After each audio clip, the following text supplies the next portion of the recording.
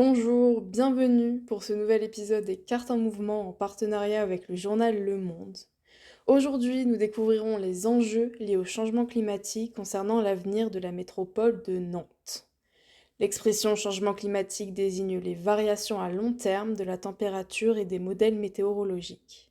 Cela aboutit à des catastrophes naturelles plus ou moins importantes qui dégradent les infrastructures et menacent les populations. Nantes n'y échappe pas, elle est même fortement touchée. La métropole est située à l'ouest de la France, dans le département de la Loire-Atlantique. Depuis toujours, la zone est submergée par les eaux de la Loire, en automne et en hiver. Cependant, le risque d'inondation est accru par l'augmentation des eaux de l'Atlantique, qui diminue jusqu'à 2 cm par an la superficie des villes côtières et accroît le débit des crues.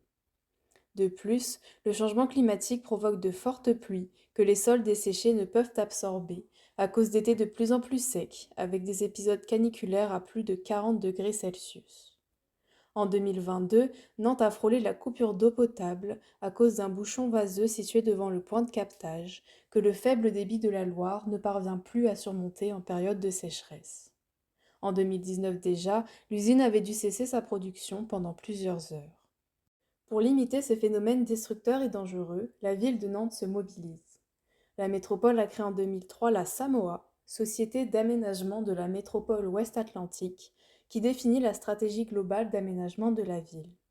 Concernant les problèmes d'inondation, la SAMOA a lancé une campagne de restauration des berges de la Loire et est en train de créer des espaces fertiles à partir de la terre excavée des chantiers de construction qui seront transformés en jardins et pourront ainsi absorber l'eau des pluies.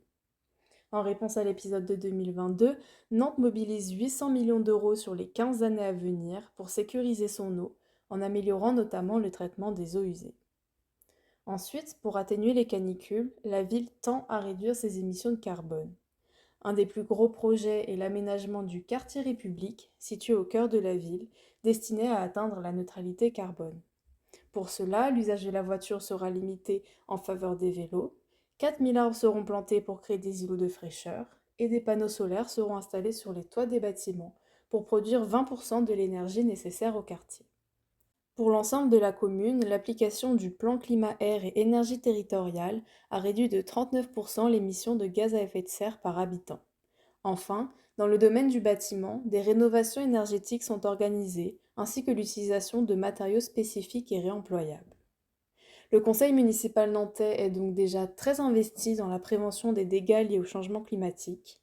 Cependant, les projets sont longs à mettre en œuvre et les résultats des actions en cours insuffisants par rapport à la rapide évolution négative du climat. Dans un futur proche, s'ajoutera l'enjeu de reloger la population après la disparition de son habitat. Pour voir les cartes télégraphiques de cette émission, les liens sont sur la page franceculture.fr. Merci et à bientôt!